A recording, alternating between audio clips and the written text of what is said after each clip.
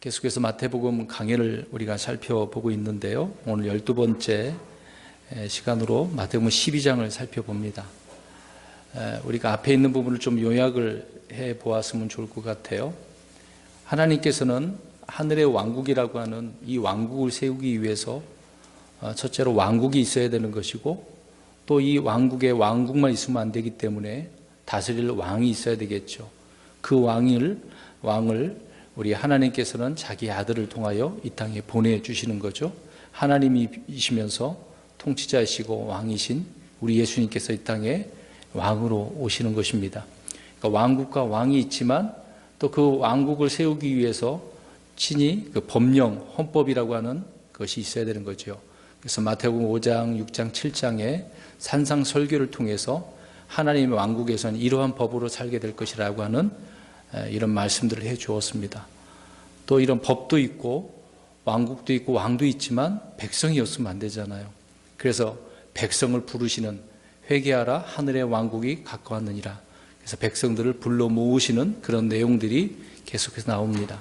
아울러서 백성들을 부르실 때 표적도 보여주셨고, 또 제자들을 한 명씩 한 명씩 부르는 그런 과정 속에서도 이런 표적들을, 기사들을 주님께서 보여주셨습니다.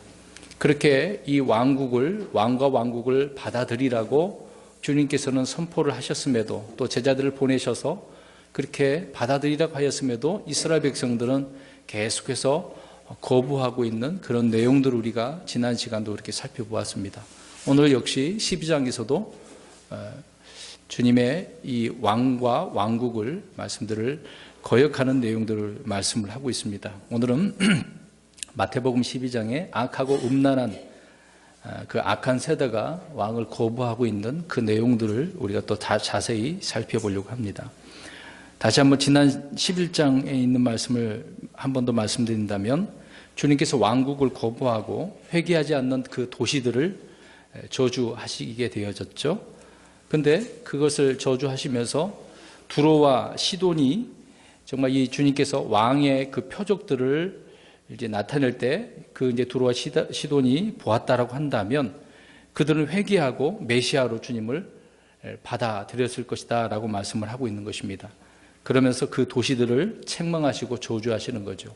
그 도시들은 주님께서 많은 표적들을 보여주신 도시들이었었습니다. 벳세다, 가버나움, 고라신. 이 지역은 그런 표적을 보았음에도 두로와 시돈보다도 못한 그런 도시였다라는 것을 말씀을 살펴보았던 것입니다.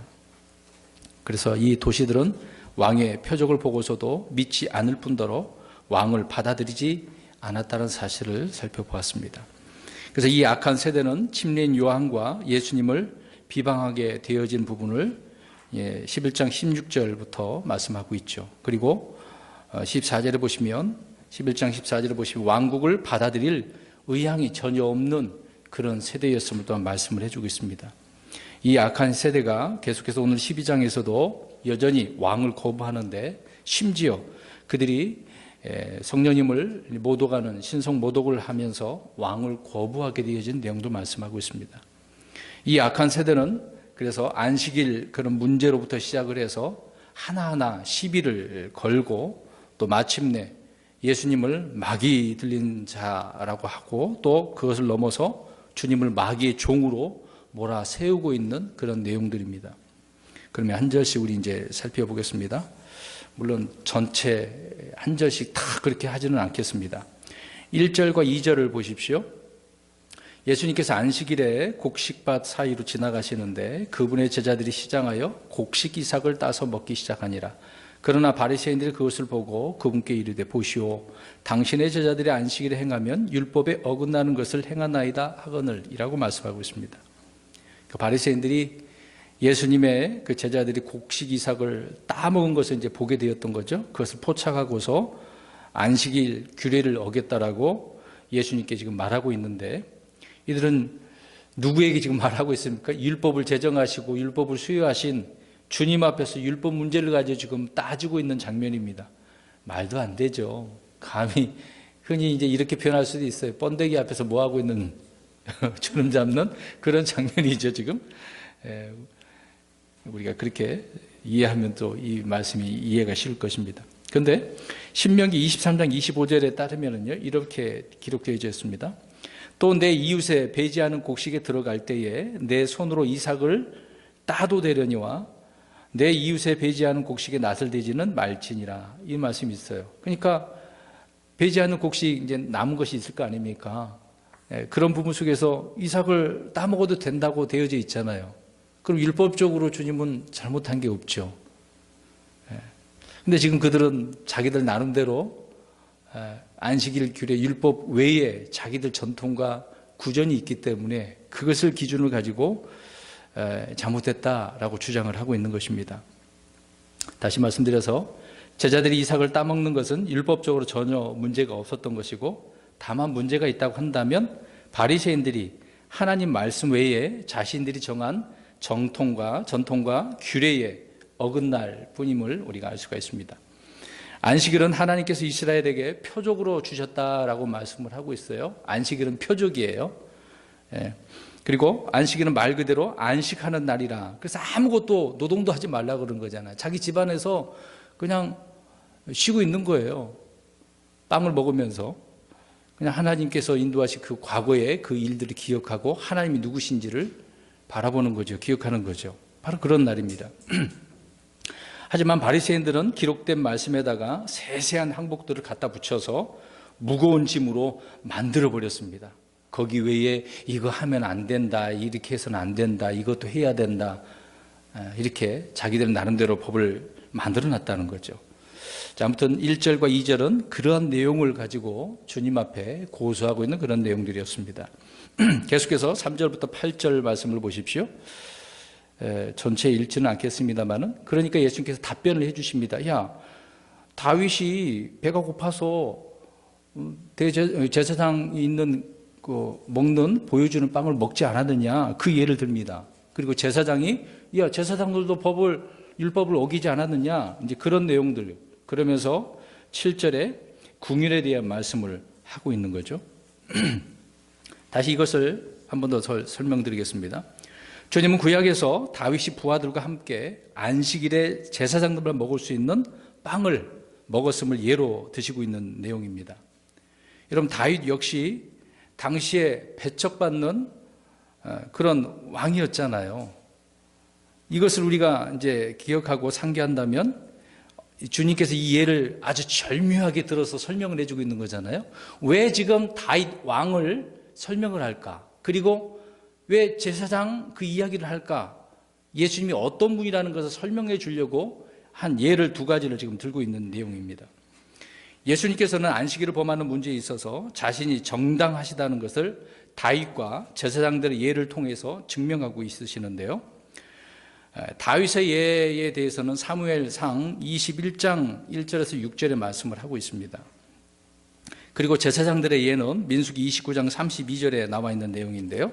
먼저 다윗을 우리 생각해 보겠습니다. 지금 우리가 사무엘상 살펴보고 있고 넘어가고 있는데, 다윗은 그 당시에 사울에서 쫓겨다니고 있었죠. 그런데 마가복음 2장 27절에 보게 되어지면 다윗은 아비아달이 대제사장이었을 때라고 말을 하고 있어요. 그런데 우리가 사무엘상을 보면은 우리 아히멜렉 기억나시죠? 아히멜렉 아들이 어떻게 됐습니까? 다 죽였는데 아비아달은 살아났잖아요. 그런데 그 아히멜렉이 제사장이라고 되어져 있거든요. 그런데 사무엘상은 제사장이라고 되어져 있고 마가복음 2장에서는 아비아달이 제사장으로 있다라고 말씀을 하고 있습니다. 그러니까 어떻게 보면은 이거 뭐가 문제 있지 않습니까? 그렇게 생각할 수 있지만 아니라는 거죠. 대제사장이 있고 제사장이 있잖아요. 대제사장이 있으면 또 수제사장도 있고 부제사장도 있고 그렇단 말입니다. 그러니까 이것은 이제 이해하기 쉽게 이제 순서적으로 좀 말씀을 더 드리고 있는데, 아무튼 다윗과 부하들이 배고파서 제사장이 부탁해서 율법을 어기면서까지 성전의 빵을 지금 먹었단 말이죠. 문제는 하나님께서 그 내용을 보면은 책망하신 그 내용이 있었습니까? 없죠. 분명히 잘못했으면 혼내줘야 되잖아요. 잘못했다고 이걸 먹으면 율법에 어긋나기 때문에 벌을 받아야 되는 부분이 있지 않습니까? 근데 그런 내용은 없어요. 자, 이것은 다윗이 예수 그리스도의 예표라는 것을 보여주는 한 예입니다. 그러니까 지금 다윗 이야기하면서 내가 누군가라고 지금 예수님께서 설명을 해주고 있는 그런 부분이죠. 아무튼 이 사건에서 예수님과 다윗의 공통점이 무엇이겠습니까? 둘 다 왕이 되려면 무엇을 받아야 돼요? 기름 부음 받아야 되는 거죠. 그래서 둘 다 기름 부은 상태로 왕임에도 불구하고 아직 그 왕자에 올라가져 있습니까? 아니죠.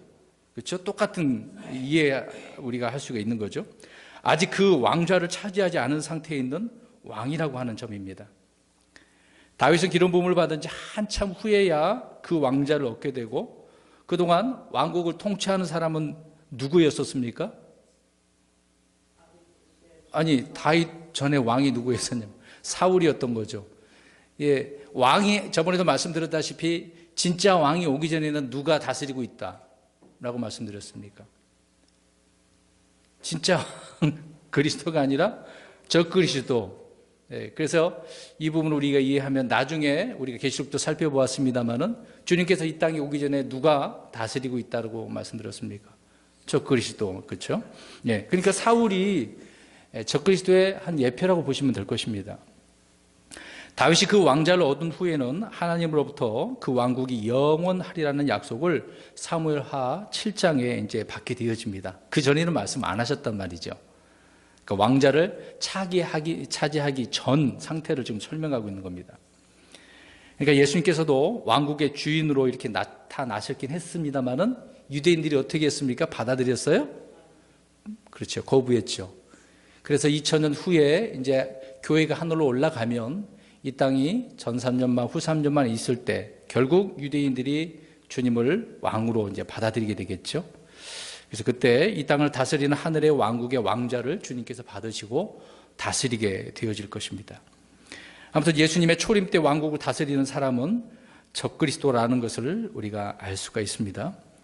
예수님께서 왕국을 받으신 후에 그 왕자는 그래서 이제 앞으로 영원해지겠죠. 다윗에게 그렇게 약속을 하셨던 것처럼 이렇게 또 예수님에 대해서도 하나님께서는 그렇게 기록하여 말씀을 하고 있다는 것입니다. 아무튼 안식일을 범했다는 그런 비난에 대해서 주님은 두 가지 성경적 사실을 대답을 해주고 있습니다. 첫째로 다윗도 안식일을 어떻게 했다는 거예요? 어겼다. 그 다음에 또 하나, 제사장들도 스스로 안식일을 어겼다. 그 얘기입니다. 왕과 제사장은 둘 다 기름 부음을 받은 자죠. 제사장이 되려면 제사장도 기름 부음을 받아야 됩니다. 네. 이것은 그리스도의 모형이죠. 예수님이 세 가지 직책을 가지고 있다고 그랬어요.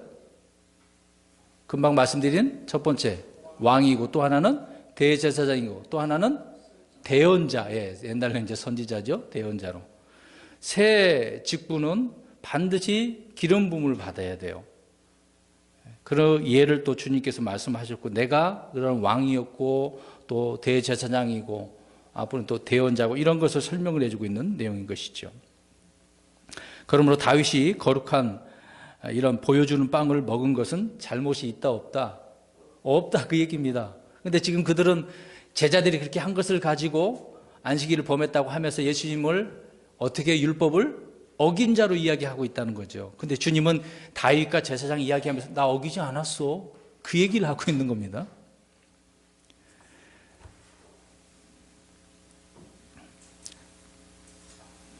그리고 예수님은 제사장들의 안식일에 일하는 그 헌물을 드리고 희생제에 관련된 일을 하는 것이 전혀 문제가 없음을 읽어보지 못했느냐라고 설명을 하고 계시죠. 이 내용도 역시 민수기 28장에 말씀을 하고 있는 것입니다. 그러니까 제사장들이 매일 드리는 그런 제사가 있고 희생제가 있거든요. 그리고 7일 동안 계속해서 하다 보면은 그들이 성전에서 살아야 돼요.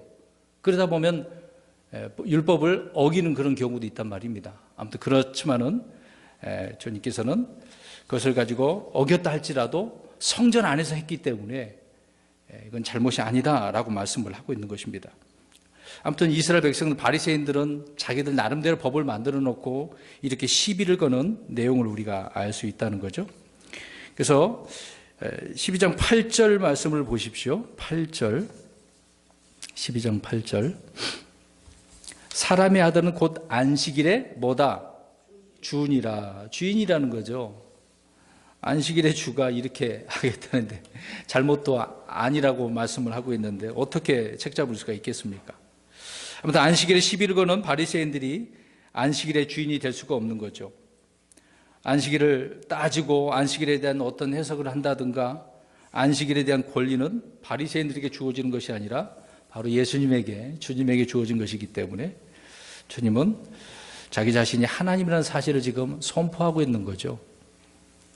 자, 그러한 내용들이 8절까지 그렇게 기록을 하고 있는 것입니다. 다시 1절부터 8절 말씀을 요약해서 말씀드리면 제자들이 안식일에 곡식 이삭을 따먹었는데 그것도 안식일에 범했다고 그들은 책망을 하지만 아니다. 주님은 내가 안식일의 주이고 하나님이기 때문에 이 일은 잘못한 것이 아니다. 그 얘기를 했다는 것입니다.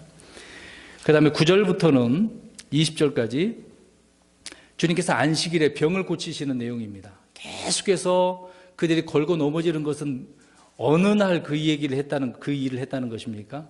안식일이라는 거죠.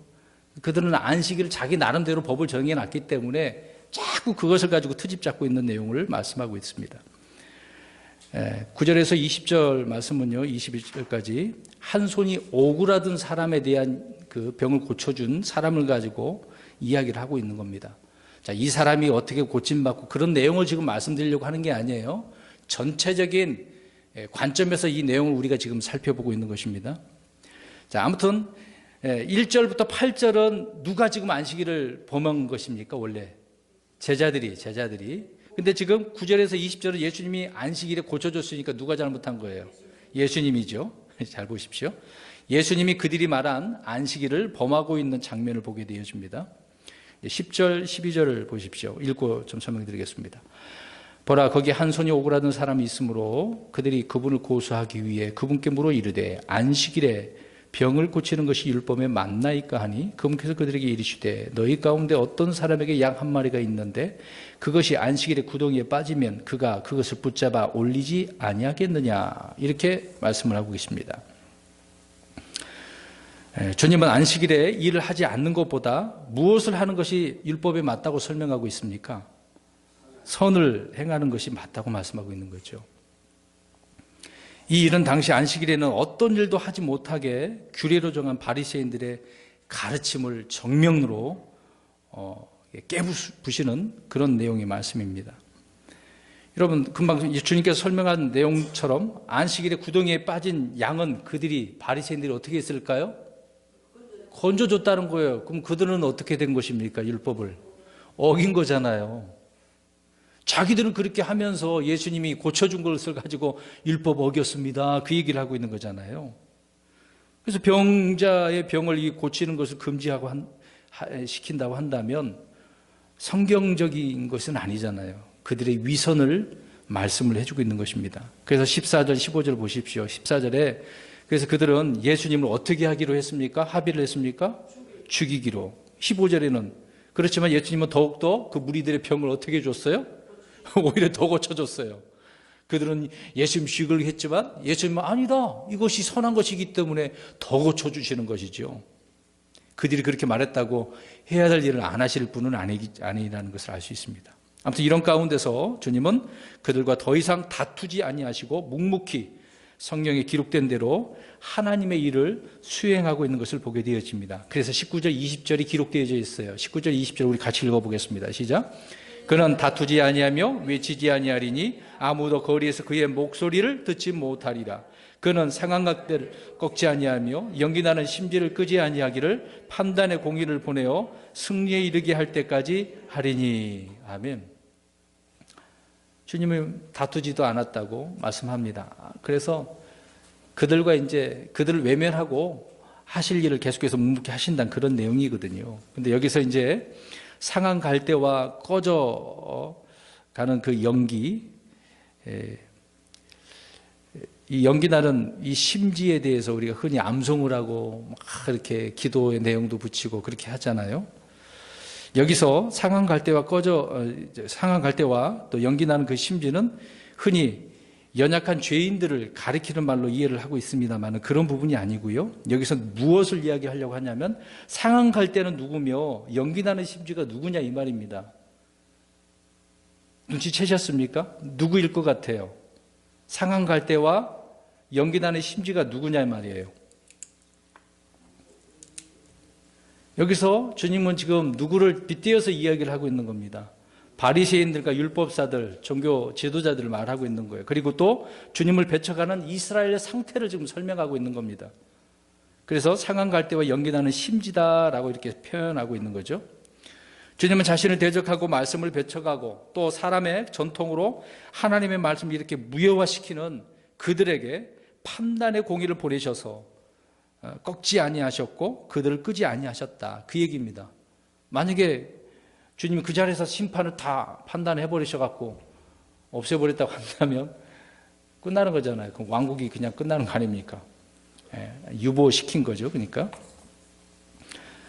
아무튼 이 상한 갈대와 연기나는 심지는 주님을 반대하고 배척하는 그런 자들을 말씀을 하고 있는 것입니다. 그 다음에 18절과 21절 보십시오. 그 얘기를 하고 있다가 느닷없이 어떤 부류를 이야기하고 있을까요? 18절 보면은 갑자기 유대인 이야기 하다가 누구 이야기가 나옵니까? 이방인들 나오죠. 21절도 이방인들에 대한 이야기가 나와요. 그러니까 유대인들이 안 받아들이니까 지금 누구에게 지금 옮겨지게, 그렇죠. 이방인들에 대한 이야기를 하고 있는 거죠. 그러니까 이제 유대인들의 배척받은 예수님을 이방인들은 신뢰하고 영접하게 되어질 것을 이제 암시적으로 말씀을 해주고 있는 것입니다. 그래서 41장 좀 이따 살펴보겠는데요. 41절, 42절에 이방인들이 또 다시 나옵니다. 이제 그 내용은 뒤에 가서 말씀드릴게요. 그러니까 마태복음은 유대인들에 대한 이야기를 주로 말씀을 하고 있긴 하지만은 이방인에 대한 이야기도 암시적으로 미리 주님께서 말씀을 던지시는 그런 내용들이 나온다. 그 얘기입니다. 그 다음에 22절부터 27절은 이제 막이 들린 그 자에 대한 이야기를 하고 있습니다. 이제 분쟁하는 그 얘기죠. 사탄이 사탄을 쫓아내는 거. 주님이 이제 그런 걸 설명하고 있지 않습니까? 그들은 지금 예수님이 어떻게 하고 있다라고 설명을 하고 있는 것일까요? 자, 바리새인들은 막이 들린 자들에게서 마귀를 내어 쫓는 주님을 향해 무엇을 힘입어서 마귀를 쫓아내고 있다고 그랬습니까? 바알세부, 바알세부이죠. 자, 이건 논리적으로 이게 말이 안 되는 것입니다. 주님은 성령을 힘입어 마귀들을 쫓아내셨는데 성령의 역사를 마귀의 역사로 모함하는 것을 일컬어서 주님은 무슨 모독죄라 그래요? 성령. 흔히 이제 옛날에는 성령 회방죄 그렇게 얘기하잖아요. 은사주의자들이 얼마나 이걸 많이 주장합니까? 기도하는데 방해하면 그것도 성령 회방죄라 그래가지고 그럼 그 사람 지옥 가야죠. 방해해버리는데. 말도 안 되는 이야기입니다. 주님께서 여기서 말씀하고자 하는 것은 예수님께서 마귀들을 쫓아내는 누구를 힘입어서 마귀를 쫓아낸 겁니까? 성령이 힘입어서. 근데 그것을 성령님이 아니라 누구라고? 그렇죠. 바알세부 사탄을 통해서 쫓아냈다라고 그 얘기를 하고 있는 겁니다. 그렇게 하는 것을 무슨 모독죄? 성령 모독죄, 성령 신성 모독죄라고 말씀을 하고 있는 겁니다. 그것은 피할 수가 없어요. 다른 건 다 용서받을 수 있어요. 예수님께서 그 말씀 하고 있잖아요. 우리 읽어봅니다. 31절, 32절. 시작. 그러므로 내가 너에게 이르노니 온갖 종류의 죄와 신성 모독은 사람들이 용서받되 성령님을 대적하여 신성 모독하는 것은 사람들이 용서받지 못하고 또 누구든지 말로 사람의 아들을 대적하면 그는 용서받되 누구든지 말로 성령님을 대적하면 이 세상에서나 오는 세상에서나 그는 용서받지 못하리라. 아멘. 온갖 종류의 죄, 어떤 죄든 다 용서받을 수 있다는 거죠. 그리고 신성 모독, 하나님에 대해서 하나님의 입을 막 욕하고 죽으라면 그런 사람도 있었지 않습니까? 욕하라고. 용서받을 수 있어요. 말로 사람의 아들에 대해서도 잘못할 수 있어요. 근데 문제는 용서받지 못할 죄는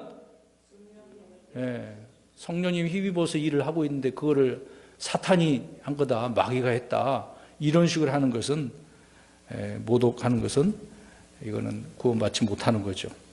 피할 수 없는데 용서받지 못한다고 주님께서 말씀하고 있는 것입니다. 자, 이 세상에서는 초림이고 오는 세상에서는 앞으로 한 번 더 이런 일을 하실 겁니다. 자, 이것을 좀 더 설명드린다라고 한다면, 예를 들어 간음하다 현장에서 잡혀온 여자가 있죠. 근데 이 여자 간음하다 잡혀서 왔지만 예수님께서 어떻게 해주셨어요? 용서해 줬잖아요. 그럼 바울을 우리가 생각해 보세요. 바울은 교회를 얼마나 핍박을 했습니까? 믿는 자들 핍박을 했잖아요. 근데 용서 받았어요, 안 받았어요? 받았지 않습니까? 네. 근데 마귀를 쫓아내는 주님을 향해 이렇게 마귀 들린 자라고 말한 바리새인들은 용서받을 수 없다, 그 얘기를 하고 있는 것입니다. 바리새인들은 지금 생각 없이 예수님을 향해 그냥 아무 말이나 이렇게 마구 짓거리는, 말하고 있는 그런 내용이죠. 주님은 이들의 말이 그래서 마음의 문제다, 그렇게 말씀하고 있습니다. 자, 그 구절이 34절에서 37절입니다. 이 구절도 읽어볼게요. 자, 시작. 오 독사들의 세대야, 너희가 악하니 어찌 선한 것들을 말할 수 있겠느냐? 입은 마음에 가득한 것을 말하느니라. 선한 사람은 마음의 선한 보고에서 선한 것들을 내고, 악한 사람은 악한 보고에서 악한 것들을 내느니라. 오직 내가 너에게 이르노니 사람들이 무슨 쓸데없는 말을 하든지 심판날에 그것에 대하여 회개보고를 하리라. 내 말들로 내가 의롭게 되며 내 말들로 내가 정죄받으리라 하시니라. 아멘.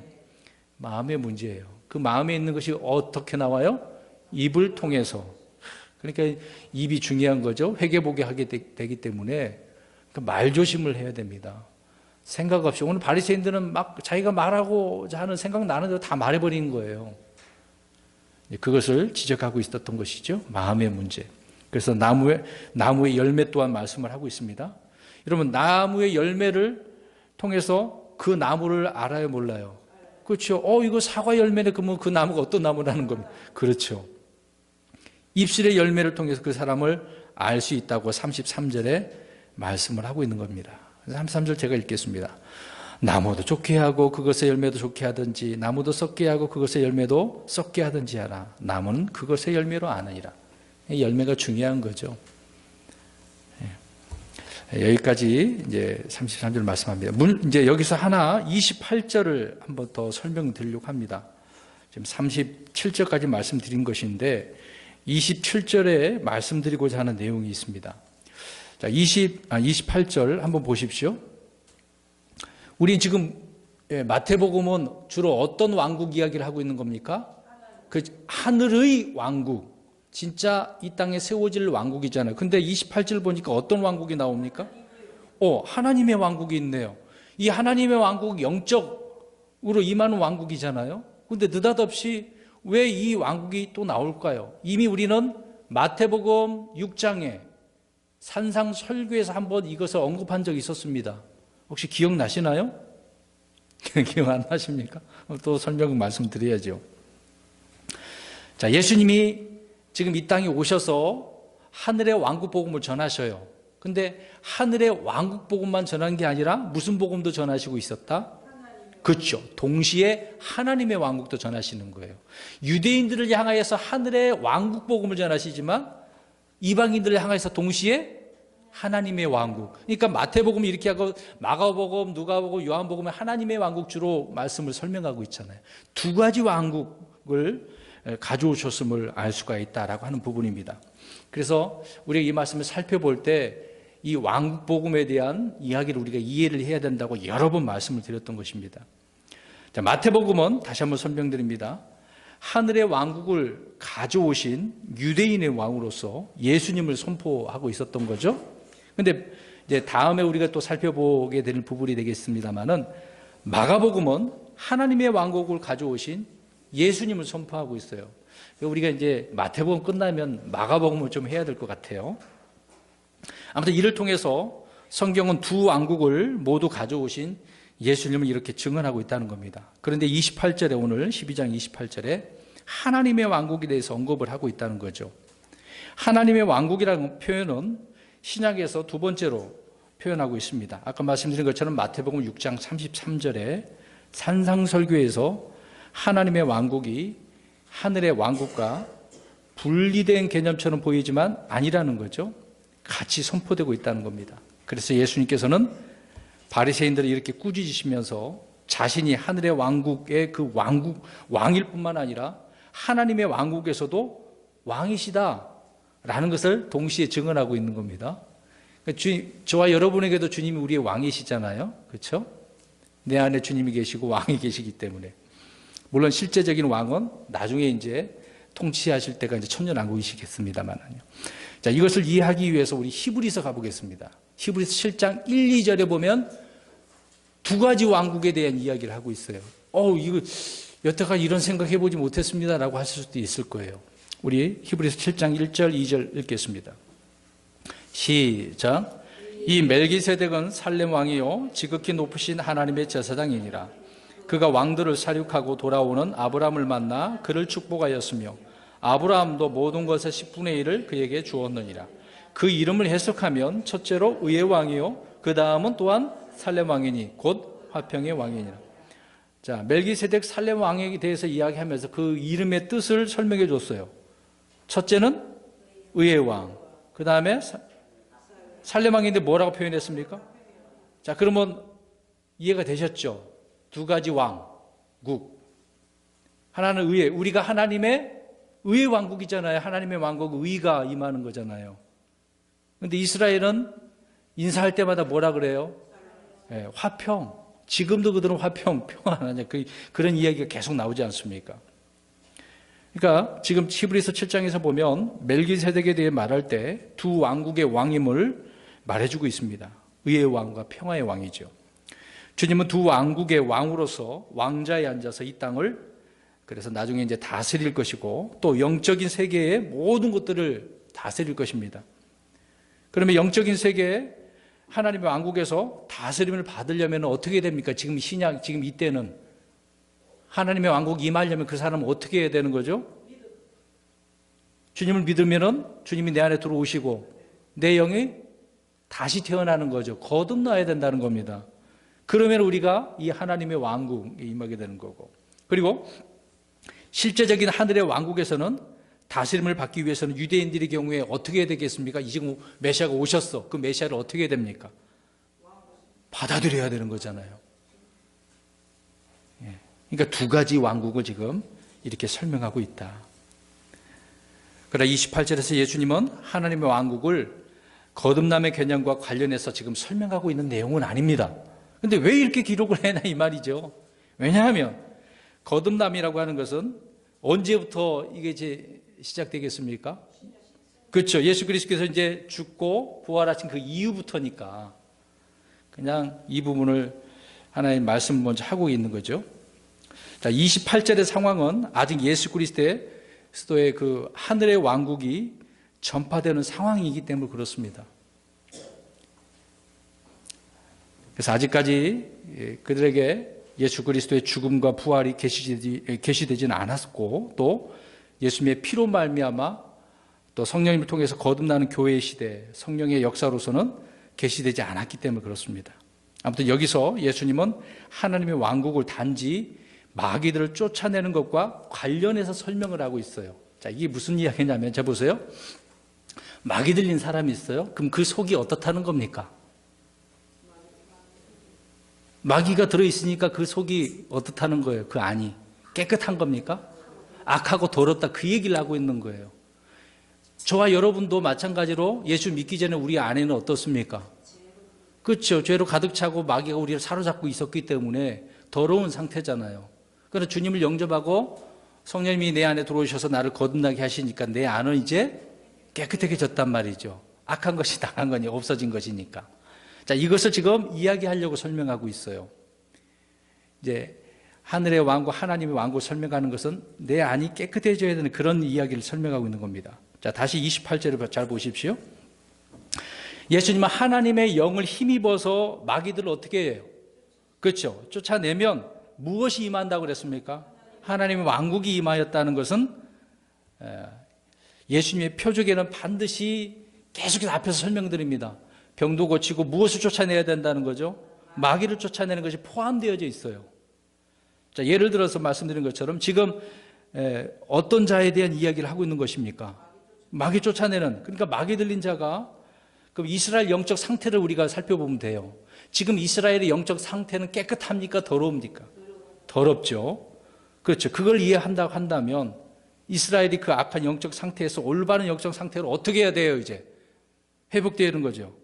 그렇죠. 회복되어야 하늘의 왕국이 임한다는 것을 이해할 수 있다는 겁니다. 이런 의미로 지금 주님께서 지금 이 하나님의 왕국에 대한 것을 거기다 기록을 말씀해 줬던 거죠. 그래서 예수님은 하늘의 왕국을 구하기 이전에 하나님의 왕국을 먼저 구하라고, 그래서 마태복음 6장 32절에 말씀하고 있는 겁니다.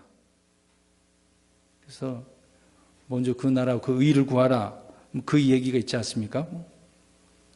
그래서 마태복음 6장 32절에 산상설교에서 이렇게 말씀하셨던 겁니다.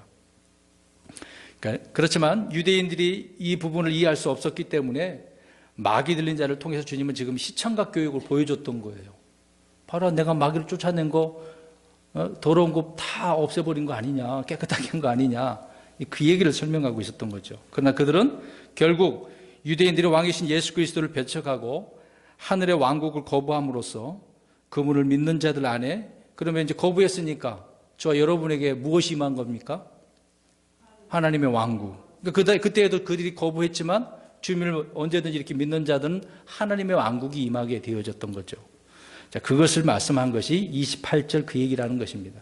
그러니까 이 부분은 좀 어려운 부분이긴 하지만 나중에 읽다 보면 이거 왜 이렇게 기록했지? 라고 하는 것을 유념해 두고 미리 제가 말씀을 드리는 부분입니다. 그 다음에 38절, 39절을 가서 보십시오. 이제 요나의 표적에 대한 이야기를 하고 있습니다. 또 읽겠습니다. 마태복음 12장 38절, 39절.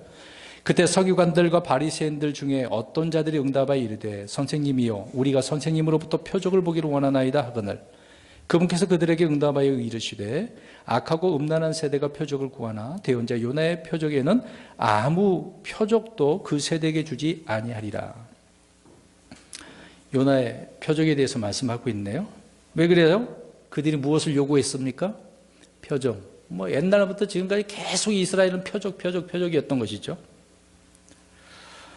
서기관들과 바리새인들은 주님께 표적 보기를 원한다고 이렇게 말을 하니까 주님은 39절에 무슨 표적을요? 요나의 표적. 왜? 이 악하고 음란한 세대는 이 표적을 봐야 된다, 그 얘기를 하고 있는 겁니다. 그렇게 대답을 해주시고 있습니다. 그래서 주님께서는 지금까지 수많은 표적과 능력과 기사를 이렇게 행해 주셨습니다마는 이 악하고 음란한 세대에게 말씀을 이렇게 하고 계십니다. 그런데 이 구절을 통해서 주님은 자신이 앞으로 어떻게 하시겠다는 겁니까? 죽고 장사 지내고 부활하는 것, 이거를 설명하고 있는 거예요. 요나가 어떻게 죽었어요? 그렇죠? 바다에 뛰어들어서 3일 밤낮으로 고래 뱃속에. 그래서 다시 거기서 어떻게 됐습니까? 살아났잖아요. 그러니까 죽었다가 묻혔다가 다시 살아난 그 이야기를 하나 예로 설명을 하고 있었던 것입니다. 요나가 3일 밤낮으로 그렇게 있다가 살아나서 니느웨 백성들에게 말씀을 전하죠. 그러니까 니느웨 백성들이 어떻게 됐습니까? 그 말을 듣고 다 회개했잖아요. 그래서 예수님께 이 얘기를 하고 있는 겁니다. 야, 내가 이렇게 와서 부활하고 다 이렇게 할 건데 회개해야 돼, 그 얘기를 하고 있는 거죠. 근데 유대인들은 지금 어떻게 하고 있습니까? 받아들일 의향도 없고 회개하려고 하는 것도 아니죠. 이들에게는 회심이라고 하는 것도 없는 거라는 것을 좀 설명하고 있는 겁니다.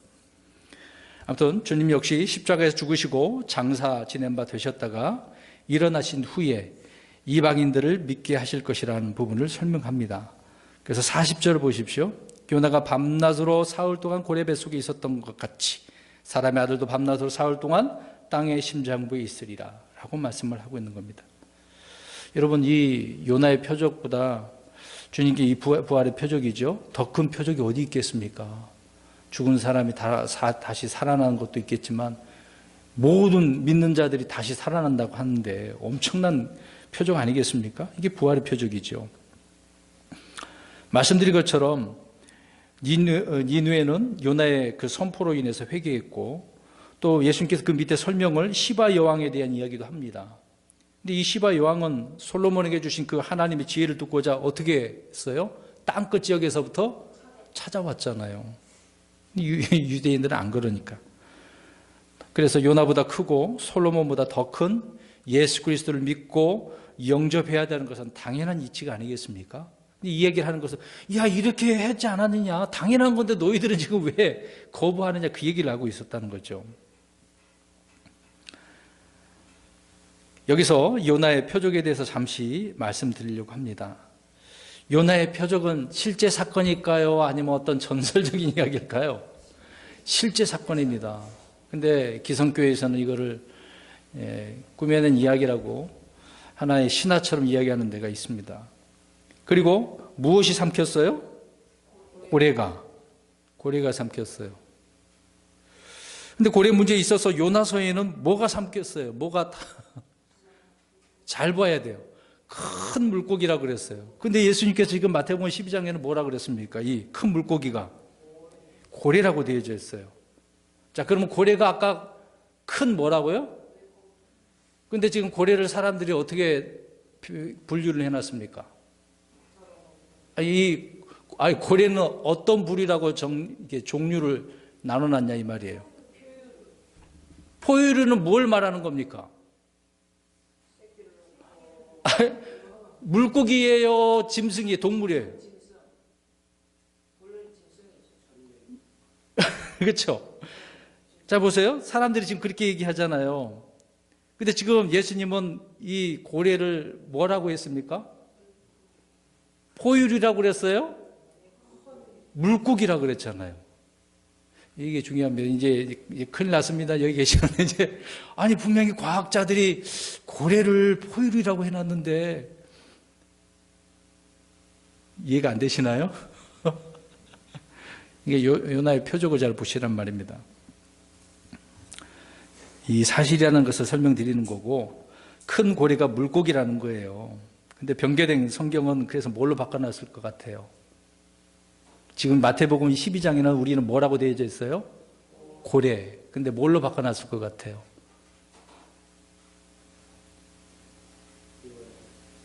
아니 개혁성경 옛날 큰 물고기라고 요나에서에 나와 있는 것처럼. 왜 이렇게 말을 하고 이해가 안 되십니까? 왜 그랬을까요? 그들은 현대 신학자들은요 고래가 포유류라고 주장을 하고 있어요. 근데 포유류는 아까 말씀드린 거 어디든 다 그렇게 이야기를 하고 있단 말입니다. 근데 왜 우리는 고래라고 되어져 있는 큰 물고기라고 했을까? 그들이 지금 이 사실을 믿는다는 거예요? 안 믿는다는 거예요? 안 믿는다는 겁니다. 요나의 표적 그러니까 어떻게 아까 그래서 뭐라고 그랬습니까? 그 사건이 실제 사건이라고 했잖아요. 근데 사람들은 그게 아니다. 그 얘기를 한 것입니다. 성경적 사실을 지금 말씀을 드리는 거예요. 그럼 이해를 시키기 위해서 성경적으로 답을 줘야 되겠죠. 창세기 1장 21절을 보십시오. 여러분 킹제임스 성경이 얼마나 정확한지를 또 설명드리고 있는 겁니다. 요나의 표적이 주님께서 그냥 하시는 말씀이 아니거든요. 창세기 1장 21절을 보십시오. 21절은 지금 몇째 날일까요? 20절부터. 자, 19절에 보니까 몇째 날이 끝났어요. 자, 그럼 20절부터는 몇째 날인 거예요? 자, 그럼 21절 보겠습니다. 시작. 하나님께서 큰 고래들과 물들이 풍성히 낸 움직이는 모든 살아있는 창조물 그것들의 종류대로 날개 달린 모든 날짐승을 그것의 종류대로 창조하시니라. 하나님께서 보시기에 좋았더라. 그러면 다섯째 날 뭘 만들었어요? 그러니까 물고기하고 하늘을 나는? 그렇죠. 그러면 다섯째 날 고래 만들었네요? 그러면 이제 여섯째 날을 보겠습니다. 여섯째 날, 23절에 다섯째 날 끝났어요. 24절부터 이제 여섯째 날이에요. 근데 여섯째 날 보니까 24절에 무엇을 만들었어요? 짐승. 동물이잖아요. 그렇죠? 동물과 사람을 만들었어요. 그럼 고래가 포유류입니까? 물고기입니까? 물고기죠. 근데 사람들은 고래라고 안 믿고, 물론 포유류인데 지금 여기 성경을 고래가 아니라 큰 물고기로 바꿔놨단 말입니다. 그 이야기는 이렇게 설명드리는 것은 그들이 이 표적을 지금 안 믿는다 그 얘기입니다. 그러니까 부활도 안 믿는 경우가 있는 거잖아요. 이해가 되셨는지 모르겠습니다. 예. 그리고 또 하나는 지하세계에 대한 문제입니다. 예. 지하세계와 부활의 문제죠. 자, 죽었어요. 자, 그래서 우리는 영혼 몸에 대해서 이해를 해야 된다고 말씀드렸습니다. 죽으면 영은 어떻게 된다고 그랬습니까? 하나님이 계신 곳으로 올라가죠. 영은요. 몸은 어떻게 됩니까? 땅에 묻히죠. 근데 요나는 지금 어디에 있어요? 그 몸이? 그렇죠. 고래 뱃속에 있어요. 혼은 낙원 같겠죠? 예, 요나의 혼이 지옥 같다라고 하는 그런 말은 없고요. 그럼 예수님이 죽으셨어요. 예수님의 영도 물론 영혼 몸이 있습니다. 하나님이시지만 사람의 몸을 입고 오셨기 때문에 세 가지 다 있습니다. 영도 하나님께 올라가고, 예수님의 몸은 어디에 지금 묻혀 있습니까? 몸은 어디에 있어요? 돌무덤이 있죠. 예수님의 혼은 어디로 갔다 그랬습니까? 지하세계, 그 감옥에 있는 영들이 갔다 그러지 않았습니까? 네, 낙원에서 또 말씀도 하시고, 아무튼 이렇게 분류가 되어져 있는 거죠. 영혼 몸에 대해서. 그러니까 이 부분에 대해서 지하세계와 부활에 대한 문제를 설명을 하고 있는 것이죠. 마태복음에서 요나는 고래 뱃속에 있었다고 묘사가 되고 있는데, 예수님의 죽음과 이렇게 연결시켜서 말씀을 하고 있습니다. 그래서 땅의 심장부라고 할 때 흔히 이것을 지옥이라고 이야기합니다. 그러나 지옥이 아니고 무덤입니다. 무덤입니다. 자, 왜 이렇게 설명드리냐면, 주님께서 이 악하고 음란한 세대에게 이 표적이 무엇인지를 설명을 하고 있는 거죠. 죽음과 장사지냄과 부활에 대한 표적. 내가 누군가라는 것을 유대인들에게 지금 말씀해 주고 있는 그 내용이라는 말씀인 것입니다. 그래서 40절, 우리 38절부터 40절 살펴보았습니다. 그 다음에 43절부터 45절입니다. 자, 43절부터 45절 보니까 어떤 사람이 이제 마귀가 있었는데 나갔어. 깨끗하게 청소를 해놨는데 다시 어떻게 됐습니까? 그 마귀가 혼자 돌아온 게 아니라 정말 형편이 막 더 안 좋아졌어요. 와, 그래서 사악한 세대도 이렇게 된다, 그 얘기를 하고 있는 겁니다. 이것도 역시 지금 누구에 대해서 설명을 하고 있어요? 이스라엘 영적 상태를 설명하고 있는 겁니다.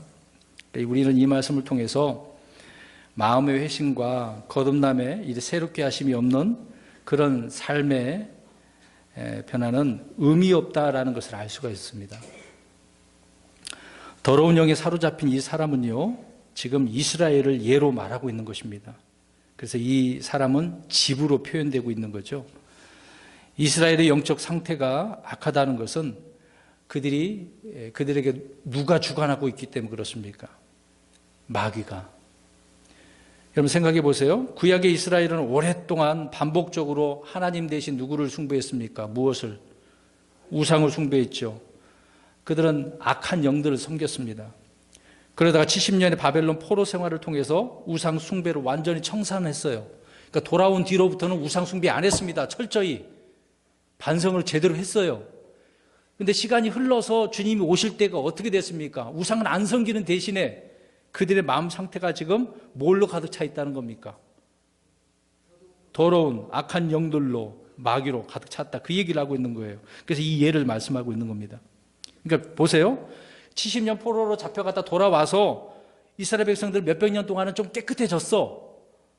그렇지만 다시 더 어떻게 졌어요? 악해졌어요. 더 더럽혀지고 악해졌다, 그 얘기를 하고 있는 겁니다. 이스라엘 사람들은 우상을 청산하고 그 마음속에 주님의 말씀으로 가득 채웠어야 했지만 텅 빈 채로 그냥 어떻게 둔 거예요? 내버려 둔 거예요. 이런 상태에 있는 이스라엘을 예수님께서는 이 악한 세대에 지금 적용하시면서 이렇게 말씀을 하고 있는 것입니다. 자, 보세요. 왕이 오셨어요. 그래서 그 왕은 많은 표적과 또 설교를 통해서 이스라엘의 영적 상태가 이런 것이니까 돌려 세우려고, 회복시키려고 엄청 노력을 하셨죠. 그렇지만 이스라엘은 그 왕을 어떻게 했습니까? 거부했죠. 예수님 마귀들을 이렇게 쫓으면서 이스라엘을 자신에게 돌이키려고 했습니다마는 이스라엘은 돌아오지 않았다. 그래서 악한 세대다, 이렇게 설명을 하고 있는 겁니다. 그러니까 그 결과 그들은 우상 숭배보다도 더 심한 죄를 범했는데 그것이 메시아신 예수 그리스도를 십자가에다 어떻게 해버렸습니까? 죽여버렸잖아요. 더 심한 죄죠, 이게. 그래서 우리 이제 9절 한번 읽어보겠습니다. 43절부터 45절 시작. 부정한 영이 사람에게서 나와 다른 곳들로 다니며 쉴 곳을 구하나 전혀 찾지 못하고 이에 이르되 내가 내 집 곧 내가 나온 곳으로 돌아가리라 하고는 가서 보니 그 집이 비고 청소되고 꾸며져 있으므로 이에 가서 자기보다 더 사악한 다른 영 7을 데려와 그들이 들어가서 거기 거하매 그 사람의 나중 형편이 처음보다 더 나쁘게 되니라. 이 사악한 세대도 참으로 그와 같이 되리라 하시니라. 이스라엘이 그런 상태가 된 거죠. 여러분, 이것을 우리 신약 그리스도인들, 우리 성도들에게 영적으로 적용할 수가 있습니다. 한번 들어보세요. 우리가 교회 생활을 열심히 해요. 예배도 참석하고 경건한 종교적인 그런 삶도 삽니다. 행하지만 오늘 주님의 영으로 우리가 체험받아야 되잖아요. 거듭나야 되고 충만해야 되잖아요. 이걸 그렇게 하지 못한 채 종교생활하고 자신도 이렇게 더러움을 제거했습니다. 착각하고 생각하고 있다고 한다면 그는 반드시 더 악한 영들로 인해서 어떻게 된다고요? 가득 차게 되고 악해진다는 겁니다. 지금 우리가 주님을 영접했으면 성령 충만하고 말씀에 사로잡혀 있어야 되는데 그렇지 않은 사람도 역시 어떻게 된다고 안에 더 악하게 되어진다. 더럽혀질 수 있다. 그 얘기입니다. 우리도 이런 부분을 더 주의를 해야 되겠죠. 여러분, 종교 생활은 외적 생활을 일시적으로 어떻게 보면 경건하게 보이기도 하고 정결하게 해줄 수는 있겠죠. 그렇지만 복음을 우리가 생각해 보겠습니다. 하나님의 말씀은요, 우리의 마음과 영을 순수하고 깨끗하게 그렇게 새롭게 해주고 있는 거 아닙니까? 해주지 않겠습니까? 오늘 마귀는 사람의 몸을 자신의 집으로 초소로 삼고 있다는 사실에 우리는 이것을 유념을 해야 될 것입니다. 그러니까 우리의 몸이 성령님의 전인가 마귀의 전인가, 우리가 전적으로 누구에게 달려져 있는 거예요? 이것은요, 그렇죠, 본인에게 달려져 있는 겁니다. 그리고 우리는 항상 성령님으로 충만해야죠. 성령님을 다시 달라고 하는 게 아니라 내 안에 성령님으로 충만해야 되는 것입니다. 그 다음에 46절부터 50절 보십시오. 갑자기 다른 이야기로 화제가 바뀝니다.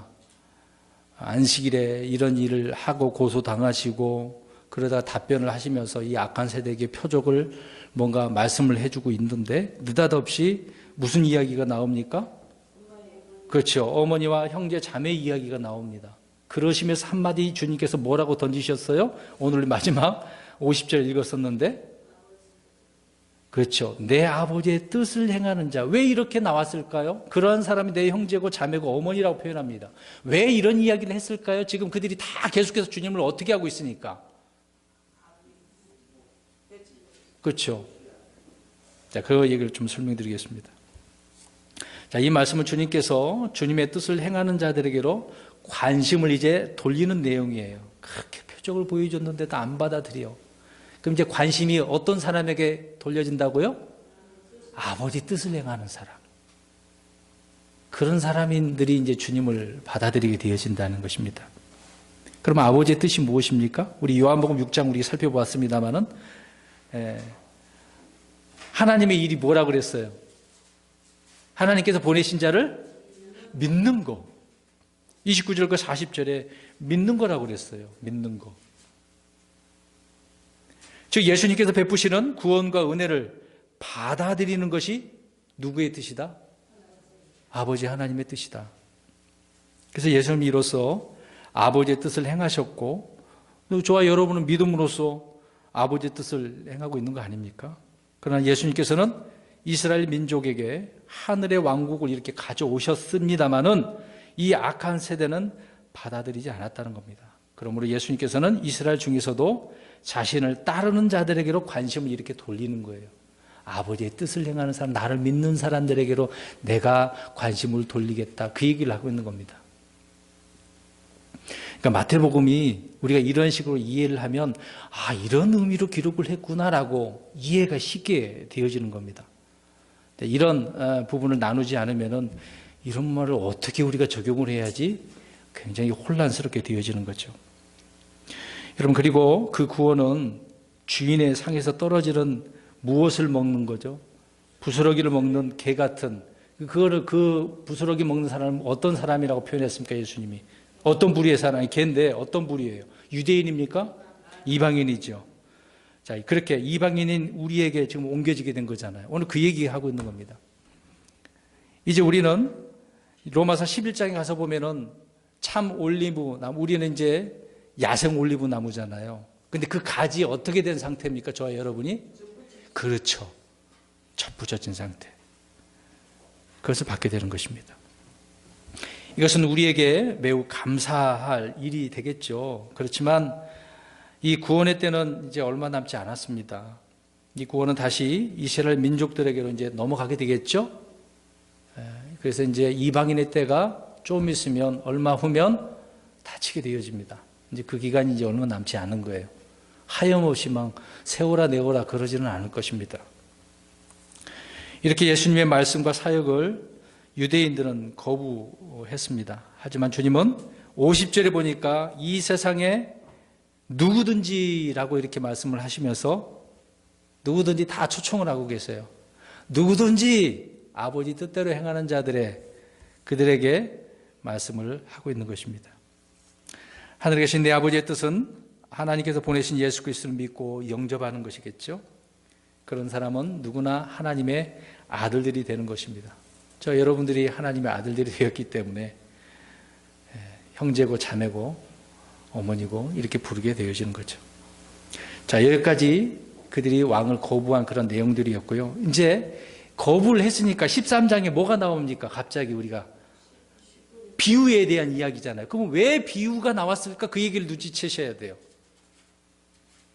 왜 나왔을까요? 자, 이 비유로 왜 설명합니까? 우리 이해하는 부분 속에. 왜 비유로 말씀하셨다고 그랬습니까?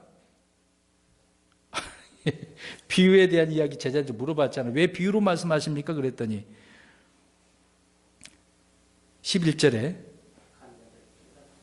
그렇죠. 깨닫는 자에게는 허락됐지만 그렇지 않은 자들에게는 허락되지 않았다고 말씀을 하고 있는 거죠. 자, 그래서 하늘의 왕국이 이스라엘에게서 감추어진 이 비유로 이야기를 하고 있죠. 어떻게 감추어지는지를 말씀을 하고 있는 것입니다. 이렇게 예언되고 전파된 하늘의 왕국은 이스라엘의 거부로 말미암아 감추어지게 됐다. 그 내용을 지금 13장에 와서 말씀을 하고 있는 거예요. 그래서 13장은 우리가 다음 주에 살펴볼 건데요. 이 부분에 대해서 우리가 재미나게 또 다음 주에도 살펴보도록 하겠습니다. 오늘 결론적으로 악하고 음란한 세대가 왕을 어떻게 합니까? 거부했습니다. 그러나 깨끗하게 했다 할지라도 그 안에 말씀으로 채우든지 성령 충만하지 못하면 어떻게 될 수도 있다? 더 더럽혀지고 악해질 수 있다. 유대인들에 대한 부분이긴 하지만 오늘날 그리스도인들도 더럽혀질 수도 있다는 사실을 기억하셔야 됩니다. 그렇다고 구원을 잃어버리는 게 아니라 우리는 하나님의 자녀로서 늘 거룩하고 신실하고 깨끗한 그런 그리스도인으로 살아가야 되겠죠.